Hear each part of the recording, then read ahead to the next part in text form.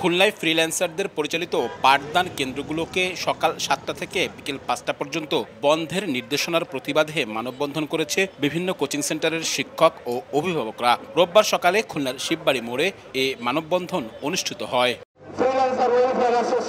মানববন্ধনে উপস্থিত নেতৃবৃন্দ অভিযোগ করেন, উচ্চ আদালতের নির্দেশনা উপেক্ষা করে খুলনা জেলা প্রশাসক কোচিং বন্ধের নির্দেশনা দিয়েছেন। তারা বলেন, যেসব শিক্ষক কোনো শিক্ষা প্রতিষ্ঠানের সাথে জড়িত নন, শিক্ষার্থীদের পড়াশোনায় সহায়তা করেন, তাদের অধিকার হরণ করা হচ্ছে এ আদেশের মধ্য দিয়ে। তারা দাবি করেন, শিক্ষার্থীদের স্কুলের পড়াশোনার পাশাপাশি শিক্ষা সহায়তায় বড় অবদান রাখেন এসব ফ্রিল্যান্সার শিক্ষকরা। দ্রুত কোচিং বন্ধের এই নির্দেশনা বন্ধ না করলে আরও কঠোর আন্দোলনের ঘোষণা দেন তারা।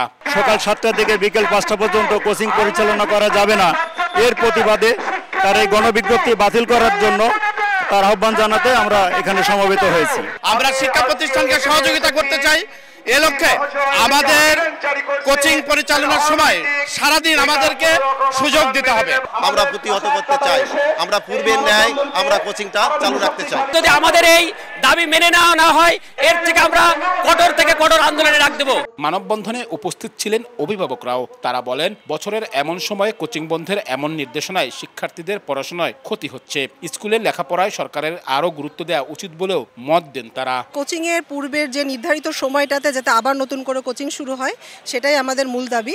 তার কারণ পরীক্ষার মাত্র একটা মাস বাকি, এই সময় সমস্ত রুটিন আসলে এলোমেলো করা সম্ভব না। আমাদের ছেলেমেয়েরা স্কুলে পড়ে ঠিক আছে, কিন্তু স্কুলে আমরা সেই সুবিধাটা পাই না, সেই পড়াটা পাই না। সেই পড়া যদি আমরা পাইতাম তাহলে অবশ্যই আমরা ব্যাচ কোচিংয়ে যাইতাম না টাকা খরচ করে। গত 25 সেপ্টেম্বর খুলনা জেলা প্রশাসক এক আদেশে খুলনার সকল কোচিং সেন্টার সকাল 7টা থেকে বিকেল 5টা পর্যন্ত বন্ধ রাখার নির্দেশনা দেন। আব্দুল্লাহ আল মামুন রুবেল, সময় সংবাদ, খুলনা।